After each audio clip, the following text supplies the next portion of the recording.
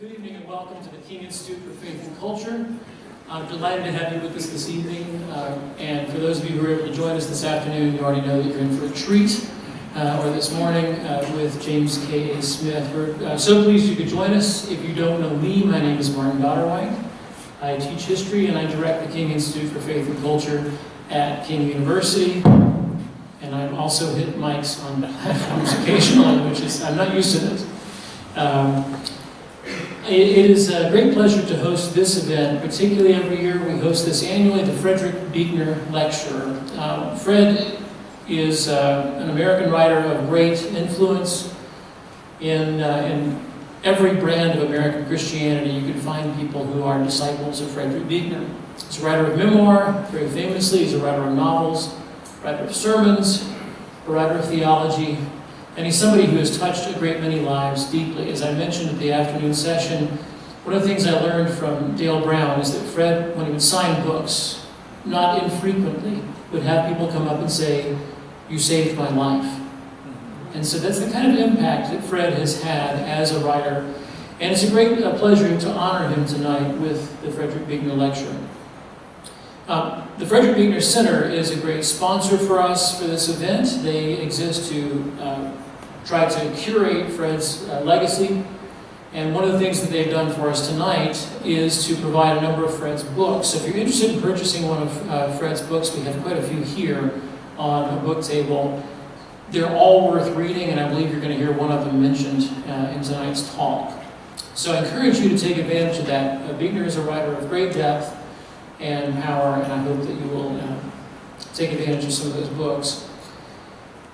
To have, as the Frederick Buechner Lecturer this year, James K.A. Smith, is to have somebody who stands very much in the legacy of Frederick Buechner. Buechner is a writer who is known for being honest, biblically charged, heartfelt, and a beautiful writer, a beautiful crafter of prose. And all throughout, he engages faith with culture, which is the stated mission of the King Institute for Faith and Culture, faith-engaging culture. And like Fred, Jamie Smith is present in his own writing, mining his own life and sharing it with us. To read, for example, "You Are What You Love," is to encounter Jamie admitting that he was reading the great agrarian writer Wendell Berry while sitting in Costco, eating a foot-long hot dog. That's confessional writing. and it's very similar to Buechner. Like Fred, Jamie gives us an unflinching assessment of the world's brokenness, alongside a winsome vision of the kingdom of God that leaves us longing and hungering for more. And like Fred, his prose is clear and lively. And the adjective that came to me, and I don't think it's just because of Christmas, is merry. I think there's a certain merriment of prose that you can find in both of these. So it's an appropriate connection, I think, for us tonight as we honor Fred, to have Jamie as our speaker. Jamie is a Canadian by birth and by politeness. If you try that out, all the Canadian tests have worked. I've been horrible to him in several stages, and he's been really kind back. So he's apologized for all the insults I gave him. He's a graduate of Emmaus Bible College and the Institute for Christian Studies in Toronto, and he's a graduate with his PhD from Villanova University. Taught briefly at Loyola Marymount before moving to Calvin College, where he holds the Gary and Henrietta Biker Chair in Applied Reformed Theology and Worldview. He's the author of a great many books. I couldn't get a good count. He doesn't even know. That's how many books he's written. He's not aware. There may be books over here he's forgotten he wrote. He'll sign them anyway. The other great many books, his work has ranged broadly, and even what we have on the book table tonight will reflect that breadth. Tremendous breadth of writing, from technical philosophy to a book which is very much in the spirit of Buechner, On the Road with St. Augustine, about which he will speak tonight, and a book which I don't know how to categorize. I don't know if it's a book about Augustine or if it's a memoir, but it's great. I don't know what it is, but it's a really fine book. So his writing has spanned a number of genres. His influence has been marked in many places, and for us, especially at King, marked as a shaper of Christian higher education. Jamie's work in extending the way that we think about what we do in the classroom at King has been formative for many of us, as we try to think not only about forming people as thinkers, but forming them as people who love, and trying to turn our attention as we work with our students not only to what they think, but to who they are and what they love. This is because he's been to King many times, and many of us have worked through the books as he has come and visited us, notably the Cultural Liturgies series, which I think we have volume 3 of over here, Awaiting the King. He came to King many years ago and gave us a commencement address. As he was invited by Dale Brown to do that. That commencement address was later published in Comment magazine. He came back as a lecturer for the King Institute, and he led a faculty retreat for several of us at Montreat. And as I mentioned earlier, Jamie is also the most recent graduate of King University, having received today his Doctor of Humane Letters honoris causa from King. Please join me in congratulating him.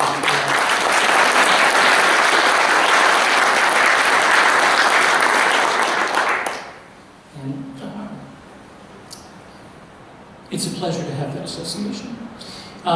Jamie is going to be talking mostly about his book, On the Road with St. Augustine. Tonight I do note that we have several other titles available on the book table. We will have some time for conversation and discussion afterwards as well, so please hang around and interact as you can.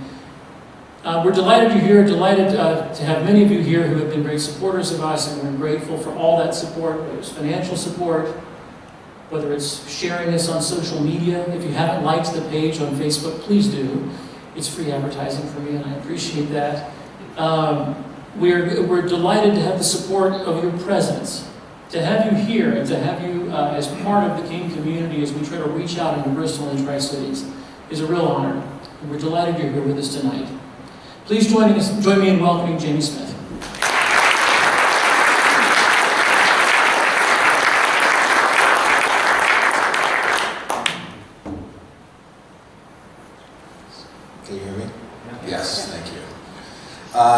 Thanks so much, Martin, for all of your hospitality and this opportunity today. I've enjoyed, once again, King University and hospitality. It's been a rich day of conversation. And so thank you all for being here tonight.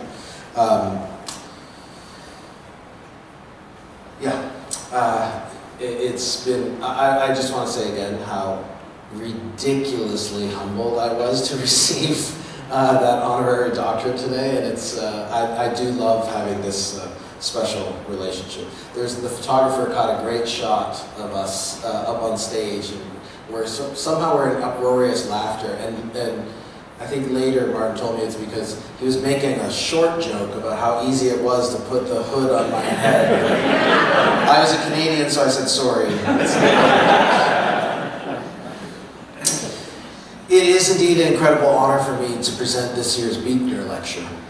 Frederick Buechner, I think, is a paragon of what the world needs today, which is Christian writers who, sustained and fueled by the mystery of grace come near in Jesus, are compelled to write for a wider world, in language whose verve and imagination is its own epiphany of divine love, in prose that really collapses the distinction between message and medium.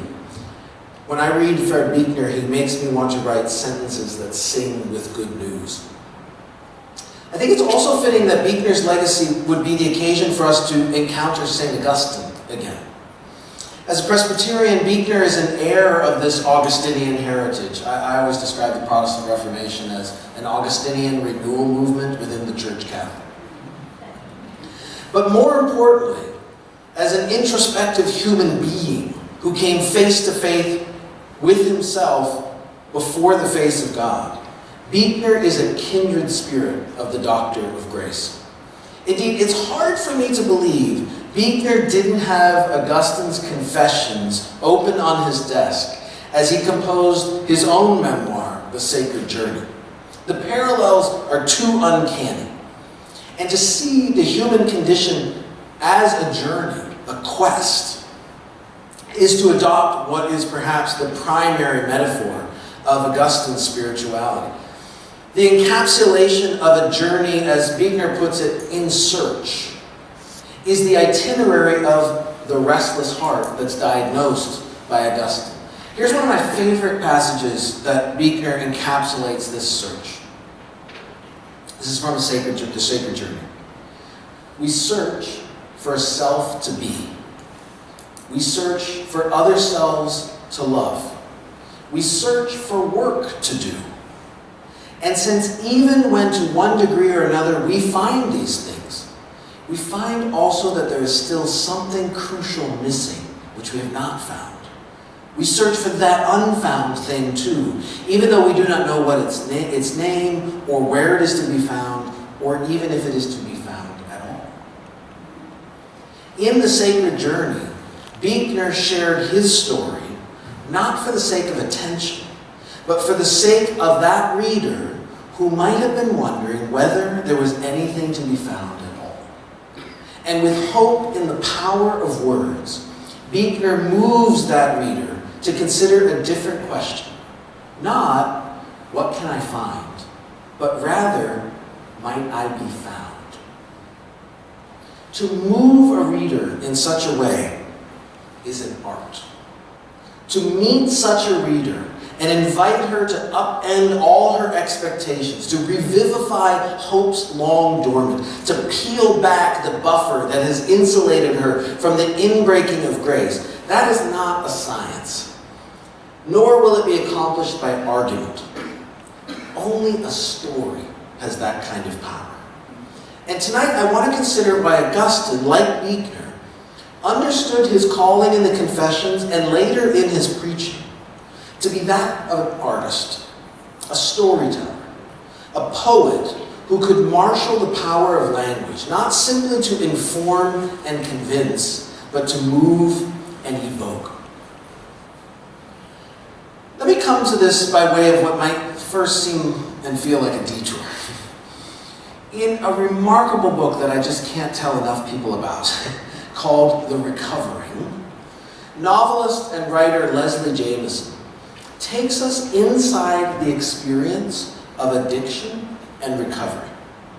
She recounts the way addiction reduces oneself and one's world to what she calls the claustrophobic crawl space of the self. But she also documents her way out. Interestingly, the big book of AA, the original title of the first draft was The Way Out. So as she documents her way out, and crucial to that is her experience in AA meetings and other recovery groups. What happens in those groups? Well, to put it quite simply, people gather and tell each other stories. Now, one of the obstacles that Jameson, a novelist, had to overcome on the road out of addiction was the particular way that stories function in recovery groups. See, for the novelist, of course, the burden is to be original, to tell the story that's never been told, the one that makes a new world, discloses something we've never seen before. It's why the anxiety of influence hangs over the artist's aspiration, to make something new as if you had no influences, no debts, no history. But in Alcoholics Anonymous, she noticed that these addiction stories traded back and forth as the oxygen of the group all made you think, I've heard this before. Because addiction is always a story that's already been told. It's why every book on addiction and recovery seemed like the same book. I've already read that book. The glazed eyes of others told her. So why write another? It took Jameson a while to realize that stories function differently for this community. The point of a story isn't originality or display of ingenuity. That would make the story really about the storyteller. Look at me is the secret desire of originality. But the stories that circulated in recovery meetings served a different end. They were weaving a web of solidarity. The point wasn't to draw attention to the storyteller. The hope was to give a gift to the listeners, to create a world in which listeners could see themselves, orient themselves, and maybe even see a way forward, a way out. In recovery, Jameson recalls, I found a community that resisted what I'd always been told about stories, that they had to be unique, suggesting instead that a story was most useful when it wasn't unique at all, when it understood itself as something that had been lived before and would be lived again. Our stories were valuable because of the redundancy, not despite of it. What is meant to be damning in the review of a book, just another addiction memoir, so to speak, gets turned on its head by recovery, where a story's sameness is precisely why it should be told. Your story is only useful because others have lived it and will live it again. But why would I listen to the stories of this motley crew sitting in this church basement, she wondered, who've never seen me before and know nothing of my own story? What makes their stories matter to me? A therapist gave Jameson a concept to name how these stories function. He called it witness authority. Witness authority. This is the authority you accord to someone who knows the trouble you've seen. This is how the blues work. Who garners authorial attention from us because they've walked in our shoes. And when they tell their story, it's like they've been reading your mail. Addiction stories work because of this solidarity of experience. Jameson recalls what her friend Dana whispered at her first meeting upon hearing someone else's story. That's me. That's me. And Jameson says, as if her whole life had been spent listening to the wrong radio station. To find ourselves in someone's story, to feel known by the witness of another, is not unique to addicts, surely. Rather, what we might say is the brokenness of addiction only distills what is a human hunger, to be known, to find a place, to be given a story that gives us bearings, a sense of identity that comes from solidarity. To be able to say, I found my people. We say when we discover a community that shares with us what we thought was a solitary passion or an alienating affliction. Despite all the ways we've been schooled in expressive individualism, we are all the more aware of the dynamics of identity today as well, of finding ourselves in relation to some group that gives us meaning, significance, a cause. Identity is a characterization to which we accede because the group comes with a story that makes us a character. Do you see what I mean? In other words, I think the longing for identity today and the way that works is precisely because we have this inbuilt human longing to belong. And what we get when we belong is that community gives us a story, and now I'm not just a floating atom, I'm a character in a drama, and I know why I'm here. It gives us a role to play. Someone bears witness to what it means to be them, and we whisper, that's me. Identity, you might say, is our name for being found by a story someone else told. So, why should we care about Augustine's story? Why listen? Well, this is a question actually Augustine himself wrestled with very explicitly. And his only appeal, his only claim to authority is witness authority. Augustine recognizes, in fact, that he can't prove anything to you. He says this, I can't prove to them what I confess is the truth. Well, then why tell him? Well, he's not offering a demonstration that marshals evidence to prove a conclusion. He's not trying to argue anyone into his story. Instead, he shares a story that he invites his readers to try on and see if it might perhaps fit their own experience. It just strikes me I should pause for a minute because I don't want to assume all of us have spent our lives drinking every word that St. Augustine has ever written. So, for those of you, if you haven't, you're dead to me, but just briefly to rehearse. So St. Augustine is one of the great doctors of the church. He lives in the late 300s and early 400s in North Africa, what is today contemporary Algeria. His most famous work, although all of his work deserves attention, but his most famous work that I'm particularly drawn on tonight is called the Confessions.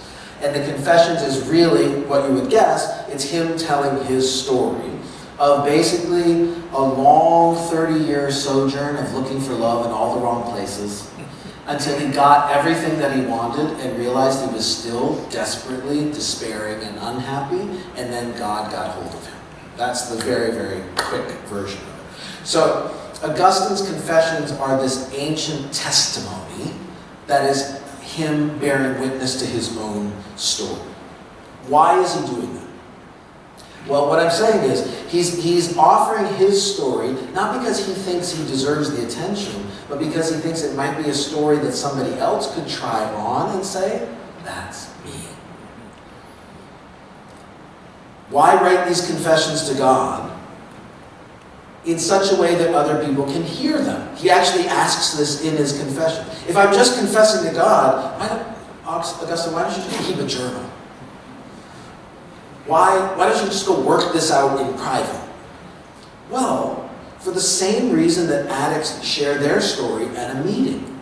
Maybe someone will see themselves in my story, Augustine says. Maybe someone will hear this prodigal tale with all its dead ends and heartbreak and whisper, that's me. And maybe if they can see themselves in my story, they might be able to imagine finding themselves in God's story as the one making their way home, gathered up by a father who runs out to meet them and throws them a feast.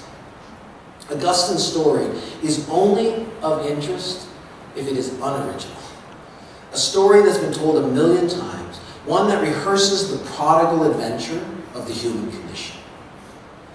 So he pleads with God, make clear to me what the advantage is of my testimony. Why am I doing this?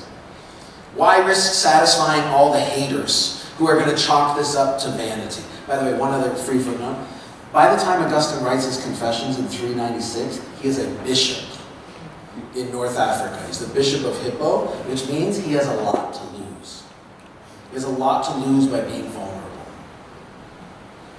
Why give fodder to the ancient African TMZ station so eager to get its hands on dirt about the Bishop of Hippo? His response? When the confessions of my past wrongdoings, which you forgave and hid, so that you could make me happy in yourself, changing my soul with faith in your rite of baptism, when those are read and heard, they arouse the heart out of its sleep of despair, in which it says, I can't.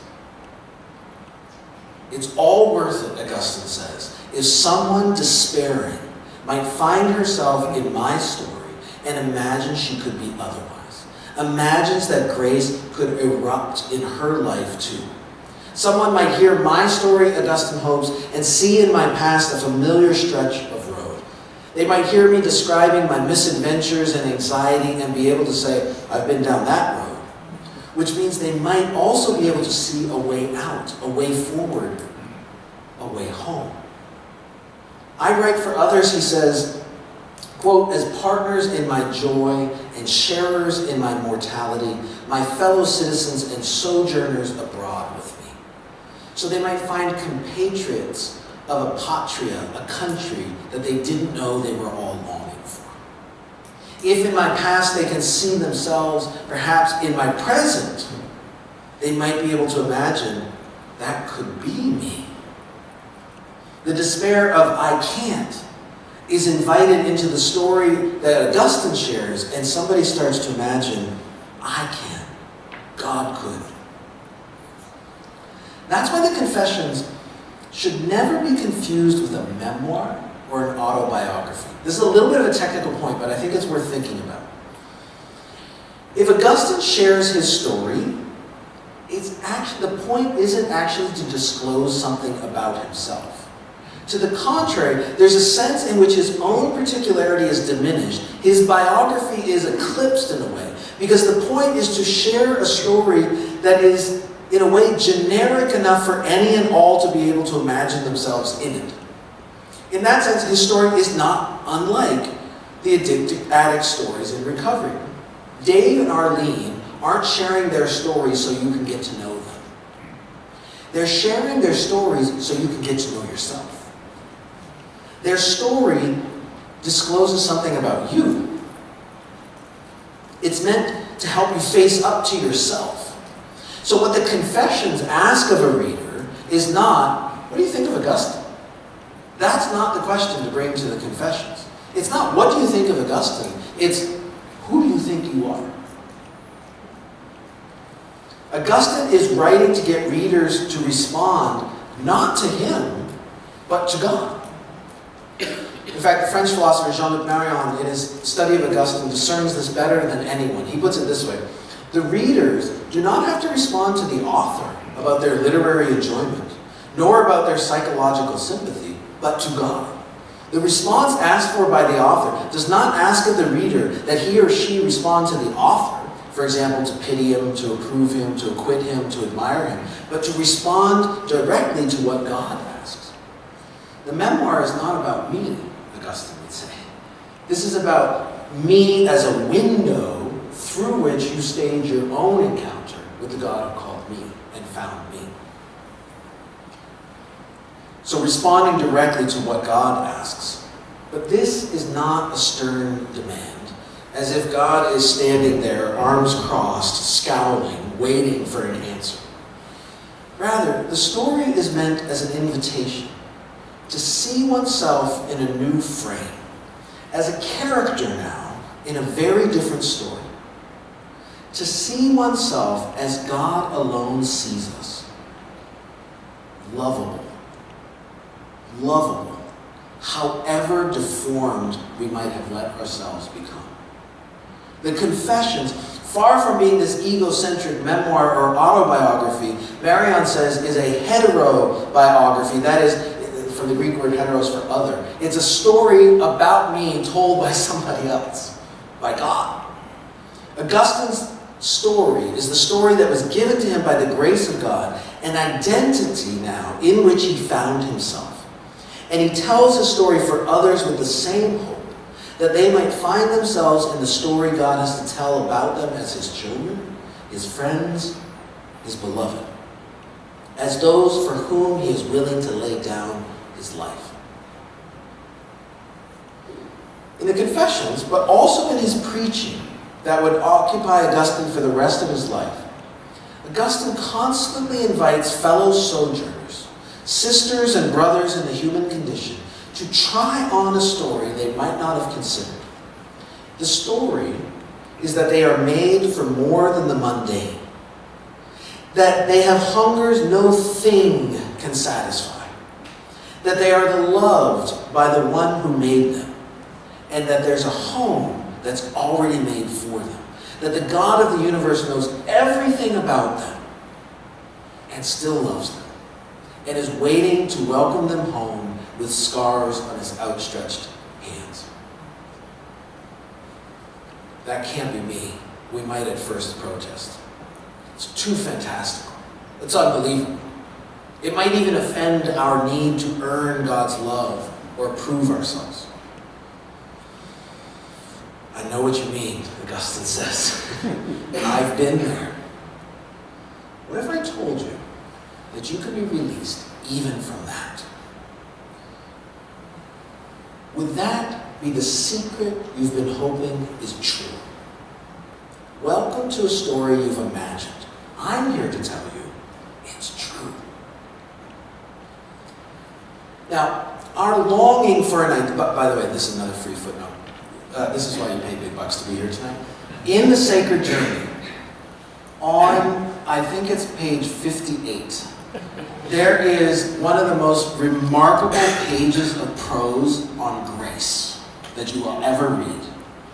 And what Buechner diagnoses in deeply Augustinian spirit is how offensive grace is to us. because we so think we need to deserve everything. It's just another plug to read The Sacred Journey alongside On the Road to St. Augustine. Now, our longing for an identity is bound up, I'm suggesting, with finding a story.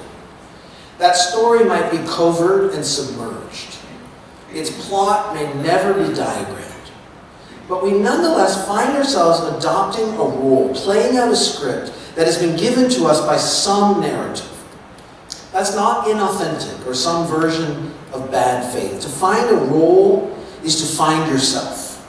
I was made for this, you might say. It can be freeing to effectively live as the understudy of some exemplar who gives us an orientation to the world, something to live for and a way to live. To be without a story is to live without any sort of script that might help us know who we are and what we're about. We flail and meander. We frantically try on roles and identities to see if they fit. I do think that's a way to analyze a lot of anxiety in our culture. To be characterized by a story is to have a name, a backstory, a project, all of which serve as rails to run on, something stable and given that we can count on. We can be known because there's someone to know. It's this hunger for an orienting narrative that our culture industries tap into. Whether it's Disney or HBO, HGTV or Instagram, they're all myth-making. Do you know what I mean? I'm not going to pick on it. Which is just to say that they are all offering scripts we can live into. The danger, of course, is that so many scripts today invite us to become not characters, but models. People who are seen, but have no story. Whose generic stares seem to have no identity behind them. Instead, we only know the clothes they wear, the facade they've assumed, which will be stripped and replaced in an instant when the new season arrives. They are not selves, but machines for displaying products. But that's its own myth. That's its own story to live into. An actor, unlike a model, at least has the potential to show us a character we can adopt. It might be aspirational. It might be an aspirational call to justice in the Mr. Smith who goes to Washington, or crusading for the same in the character of Atticus Finch. It might be black empowerment in Black Panther or female empowerment in Wonder Woman. It might be journalistic communities chasing the truth in Spotlight or The Post. In response to any of these, a young person might say, "That's me," or "I want that to be me," and then spend a life following their lead. It'd be interesting for us to think about what fictional character oriented you to a life to chase. Our fictions often hold out better characters to emulate than the dead-end desire to be merely famous that plays itself out on reality TV. Now, it was books that used to play this role, and still do, of course, to some extent. We see ourselves in characters of mythology and fiction. Sometimes we even see our own vices and resolve not to play out that character trajectory. In other cases, the allure of a character's heroism or sacrifice or compassion becomes an aspiration. I want to be like that, we say in our hearts, and live a life that steals from the character's script. I have to tell you, another great Presbyterian who plays exactly this role, Fred Rogers. By the way, if you want to give birth to saints, call your children Fred. and grace them Presbyterian. Fred Buechner, Fred Rogers, we can't do better than that. But I'm serious, the growing, when I say cult, I don't mean this in a dismissive way, the growing secular curiosity with the mystery of joy and kindness that is Fred Rogers is to me a crack in the secular. That signals that people think there's gotta be a better way to be human. Now, I do think it's important to do justice to Augustine to realize that in many ways, the book, the story, that became his governing narrative was Scripture. That is, the drama of God's salvific history was the story, we might say, that became the base note of Augustine's rhetorical method. As Brian Stock notes, Augustine ultimately landed on a different understanding of identity that was tied to Scripture in a way the philosophers would never have entertained. And his rhetoric would reflect this conviction. Augustine spent his life inviting others into this story, in his confessions and then in a lifetime of preaching, by a performance of the truth rather than an argument. One other plug I want to make, and this is something I really try to do in the book.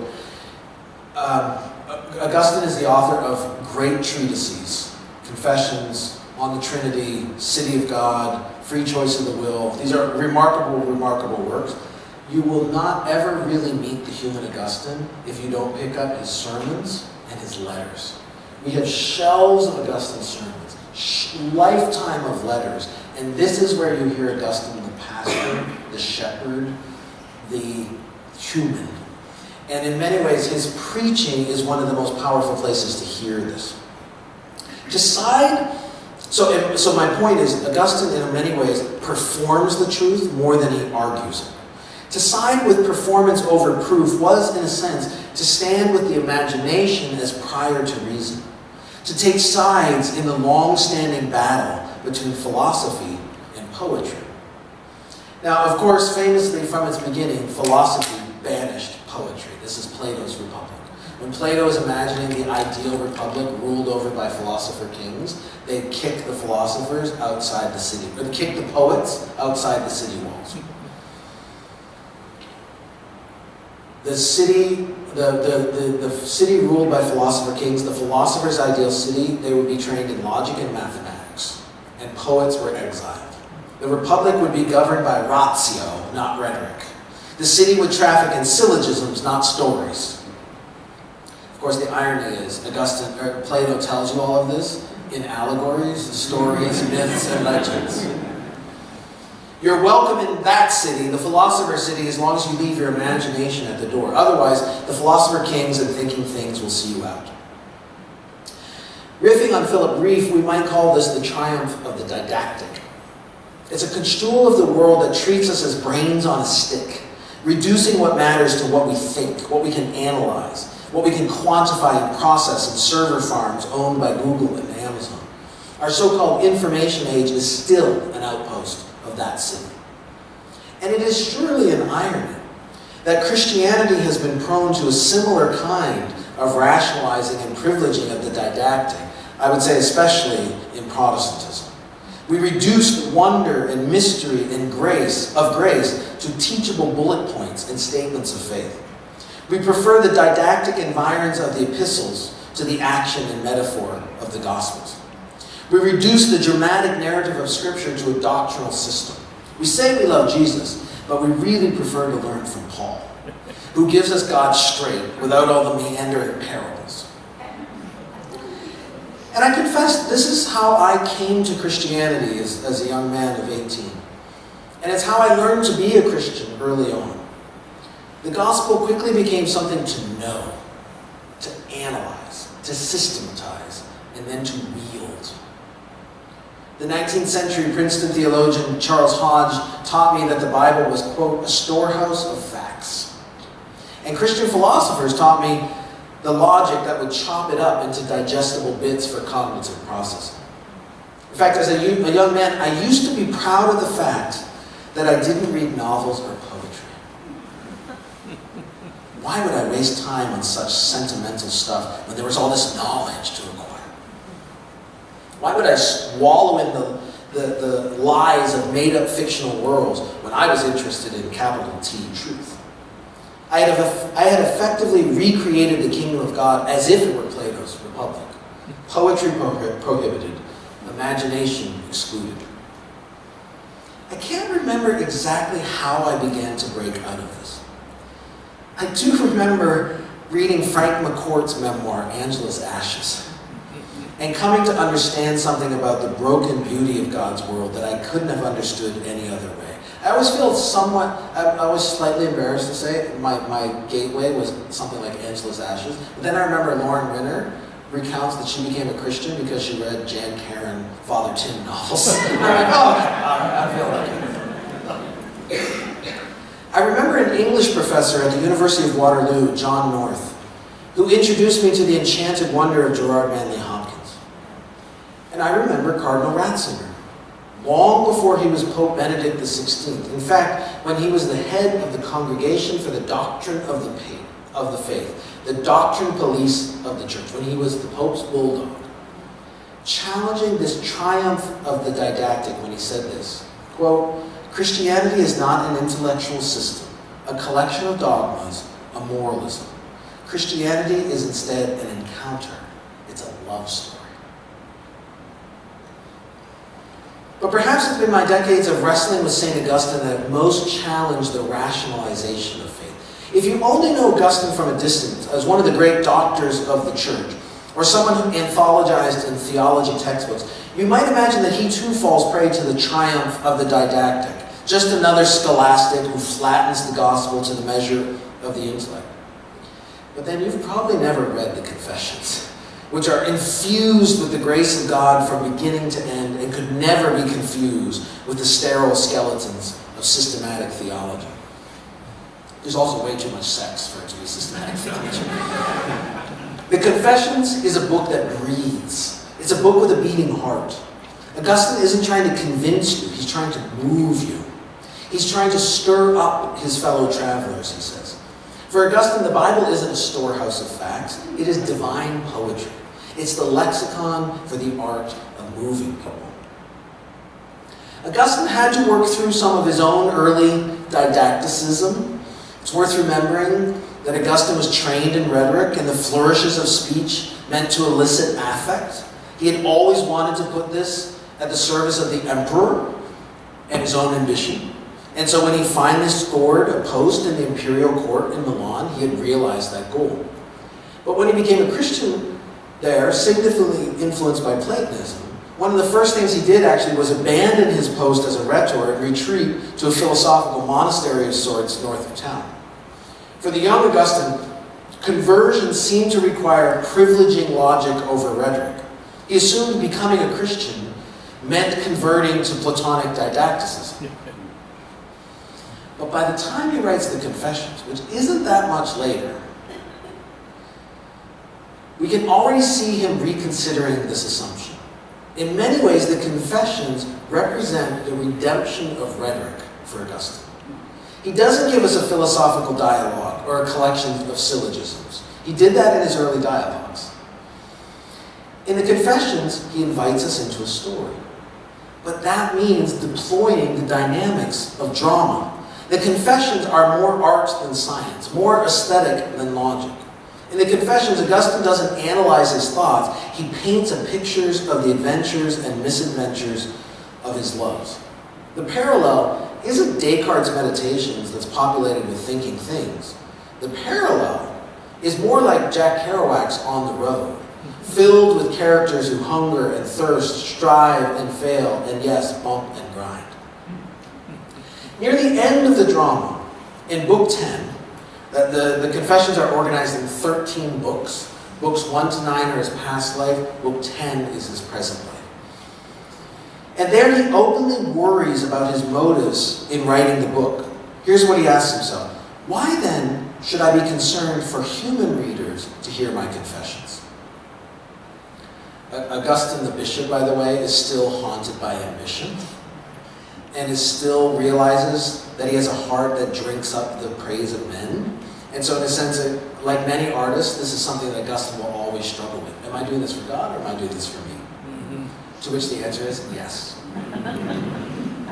But the point of the Confessions isn't to parade himself or to write a treatise trying to argue people into the kingdom of God. Instead, Augustine is writing to move hearts.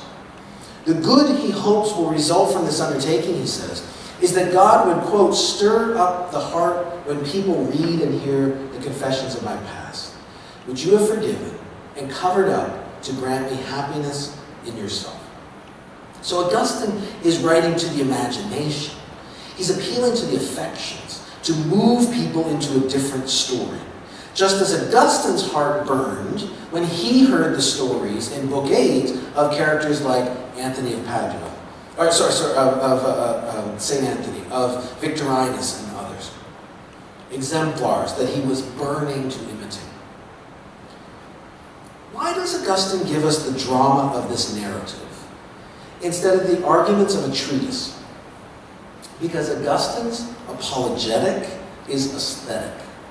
Augustine knows that the heart traffics in stories, that the lingua franca of love is more like poetry than logic.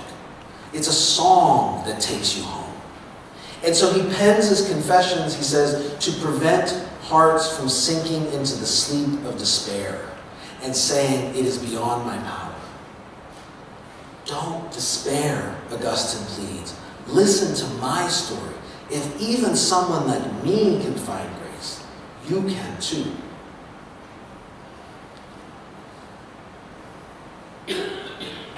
The first time I visited the Seattle Art Museum was also my first encounter with the arresting work of Kehinde Wiley. Now, everybody recognizes this work, or a work like it, because he's a presidential portraitist. Kehinde Wiley, you might remember, did President Obama's portrait for the National Portrait Gallery. But over a decade ago, when I first saw this, Wiley was still just making a name for himself in New York, in the New York art scene, and hadn't become a household name. A rainy day in Seattle, shocker, seemed like a good excuse to hide out in the Seattle Art Museum for a while. So I wandered rather indiscriminately into the European gallery, only to be gobsmacked by this large canvas. This is 6 feet tall and 5 feet wide, in almost neon fuchsia and blues, featuring the confident gaze of a young black man in contemporary attire, a military jacket, teal pants, funky octopus necklace hanging around his chest. His garb says Brooklyn, but his pose and demeanor say Renaissance. What was this doing in the European gallery alongside Italian and Spanish paintings from the 1500s and 1600s? As I inched closer and saw the title, there was a clue. The artist called this painting Anthony of Padua. This young man that Wiley had encountered on the street was given a new name, a new identity that is carried in his very pose. And not just any identity. Wiley invoked a saint, Anthony of Padua. As a young man, you might know, the Portuguese Fernando Martins had left his home to become a novice at an Augustinian abbey just outside Lisbon. But when he heard the story of the Franciscans who had been martyred in Morocco, young Fernando, who had become Anthony of Padua, was granted permission to leave the abbey and join the Franciscans. Anthony was known for his immersion in the scriptures and his power as a preacher and orator, which is why in later iconography he would be pictured with a book, the scriptures, and then sometimes with the Christ child resting on the book became a common picture. And you'll see it in El Greco's portrait. His tongue, Anthony of Padua's tongue, is displayed for veneration in a large reliquary, along with his jaw and vocal cords, because they are relics of his proclamation of the biblical story. But in popular piety, St. Anthony is the patron saint of lost things. Has anybody ever heard this before? Tony, Tony, look around, something's lost and must be found. The patron saint of lost things, a charism that seems to trace back to an episode in which Anthony lost his psalter and after much prayer found it. What's happening then when Wiley titles this work Anthony of Padua? As critics have pointed out, the painting is a contemporary example of what's called a swagger portrait. A style of portraiture from the Renaissance that signals social status and communicates power and bravado. Wiley is bringing together two worlds of swagger, the European and the African American, portrait and fashion. Rembrandt meets Kanye. But Wiley is also giving this man a story, and hence an identity, which has echoes of one who served the poor, who was studiously devoted to the word, who was looking for the lost. And identity comes with its own sort of swagger, the confidence of knowing who one is and whose one is. Anthony, the exemplar, gives orientation for aspiration. So I had to grin when I turned to the opposite wall of this gallery and saw a painting I recognized from prints. Murillo's St. Augustine in Ecstasy, a Spanish painting from the late 1600s. Augustine is, as usual, surrounded with books, but his arms are outstretched. The weight of the bishop's mitre is resting on a table. The staff is leaning in a corner. His books, those many words poured out in testimony, are left aside for what they were written to do and engender an encounter with God. So here is Augustine, alone before God, face turned upward, pleadingly. A light illuminates his face, and inscribed in that upper left corner are Augustine's own words, "My heart is restless until it rests in you." Everyone is looking for rest, which is just another way of saying we're looking for an identity, a story that gives us the kind of gifted swagger of being known and named and offered a map home. Here, we can find the self we lost because we know we've been found in him. Thanks very much.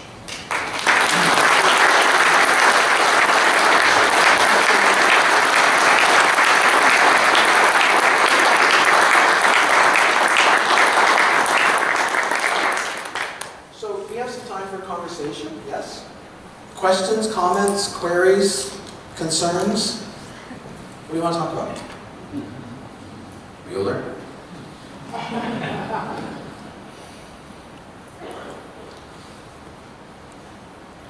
You think you're more now? I'd love to hear it all again. In the Confessions, Augustine often bursts into second-person speech and prayer. The whole thing really is framed as that, yes. So is this, how would you go about explaining this? Is this more a rhetorical thing for us? Or is the man who is trying to write is actually carried off into prayer? Yes. So when you get a chance, when you go home and read the Confessions tonight, you'll notice, if you haven't done so before, that the entire thing is written in second person to God. And I don't think it's just a rhetorical device, although I think it also functions as a rhetorical device, which is this. The whole reason Augustine wants to write the Confessions is so that you and I will have a catalyst for a face-to-face encounter with God. And so what he does is he enacts the face-to-face encounter with God, and then kind of lets us listen in over his shoulder. And that's the part that he struggles with. Like, he always like, why am I doing this? Am I sure? There's good reason. But the point is, precisely because if his face is directed towards God and he's letting us listen in over our shoulder, his face should never get in our way, in a sense, right? Like if the best scenario for Augustine is we start to come alongside shoulder to shoulder, and we are both encountering the God that Augustine is wanting us to find our rest in, that he finally found his rest in. But I also think Augustine, it's actually a beautiful picture of why form matters in literature, right? Like the form you adopt is doing something in the very form, and I think he's performing something theological by writing in that form. So it's funky. By the way, I will make one plea. If you are moved and stirred to go read Augustine's Confessions, try to find a new translation that doesn't use these and thous. Because one thing that I think some people try to read Augustine and they read like this old 19th century English translation, it's all these and thous. Augustine never said thee or thou in his entire life. He spoke Latin. So there's something about getting the immediacy of his prose about that too. But yeah, it's a great question.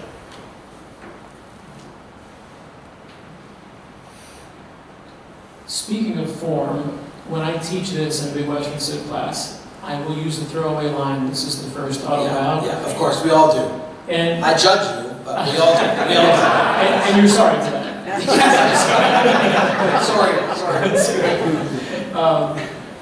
How should I refer to it is part of my question, but also, how do you locate that as a unique work suddenly showing up where nothing else like this exists? I think it's a very fair question. I think it's mostly about making sure that we don't anachronistically propel back onto Augustine what are our current categories of the memoir and the autobiography, right?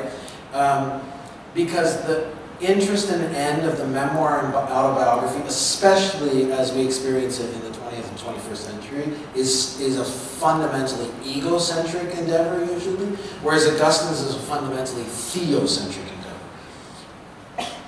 We can absolutely, though, signal that in the late ancient world, nobody else had penned a work that was characterized by such introspection.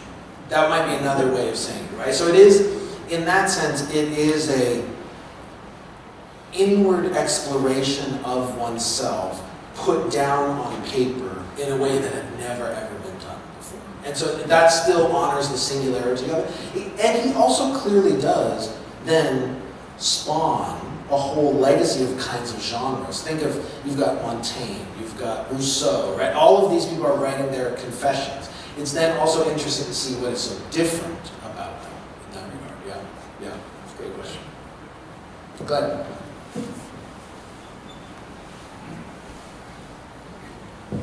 So I'm thinking about Book 8 Yeah.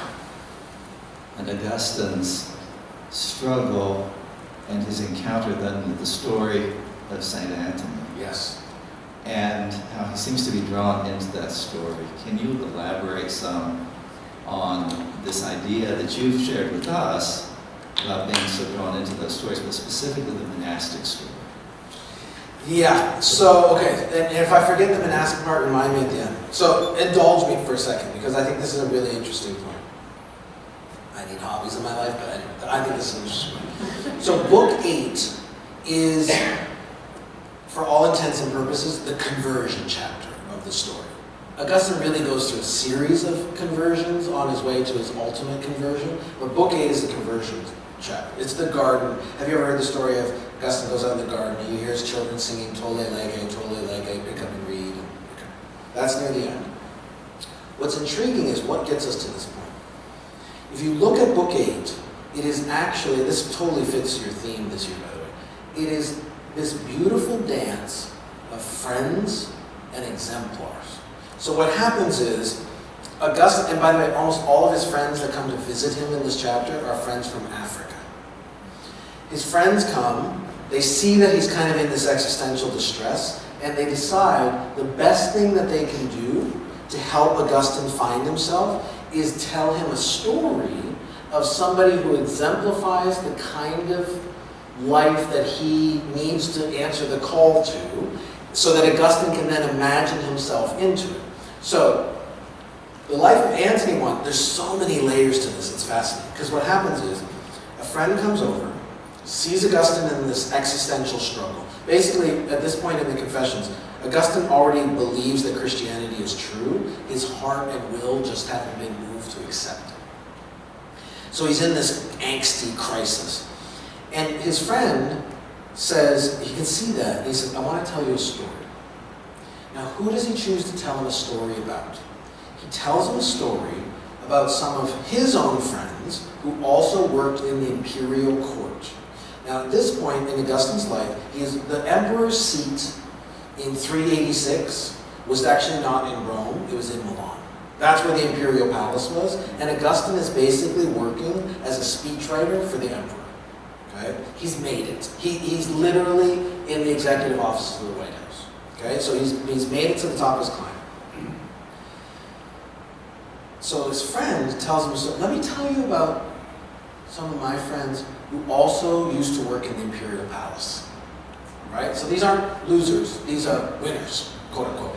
You know what I'm saying. These friends go for a walk out in their garden on a day that the emperor is detained by a circus spectacle, shade throne, and they are sort of mulling. They're like, what are we doing with our lives? They're having that kind of experience, like Augustine is.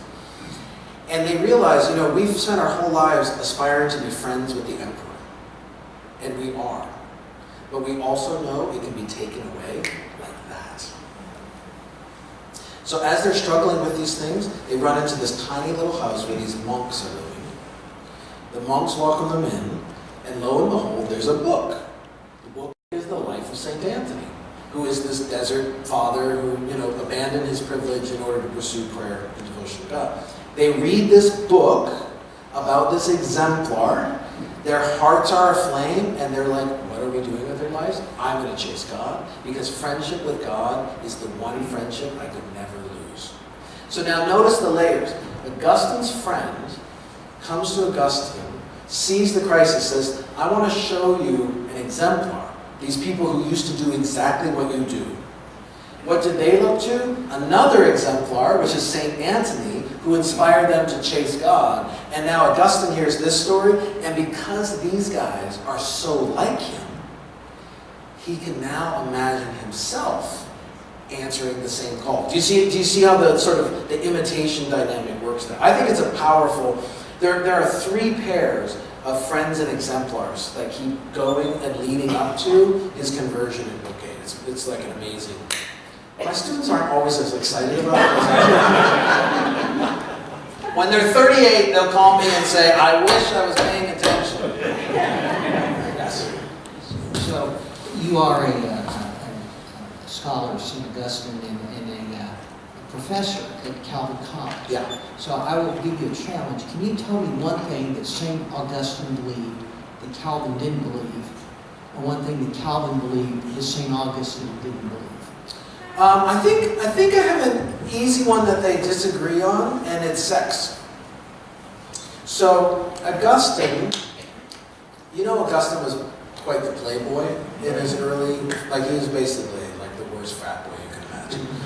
And because of his carousing tendencies, when he became a Christian, I would say he sort of overcorrected and just decided that celibacy was really the only way to be holy.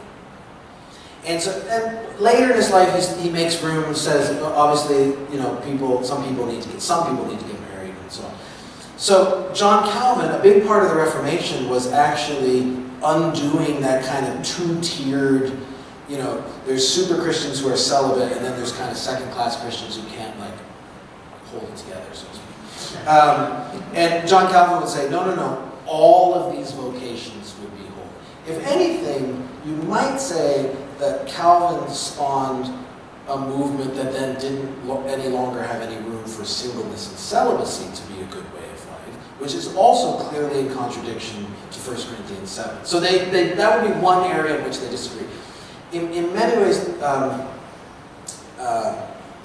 Augustine is so early in the ancient church that a lot of the accretions of late medieval Roman Catholicism that Calvin is reacting to, you don't really see in Augustine yet. So Augustine really was kind of Calvin's patron saint as he was undertaking the reform. So I see mostly a lot of overlap, but that would be one example of disagreement. Yeah, that's an interesting question. I've never had that question before. That's a good one. You win. I have a candy bar for you.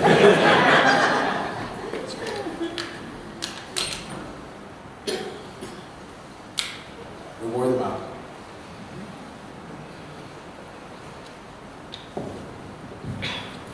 One more chance. I still have the microphone. Excuse me. We have some books available. We have time for books to be signed. Jamie will sign some of Frederick Buechner's books. And he'll stand in for his position. I'll sign anything.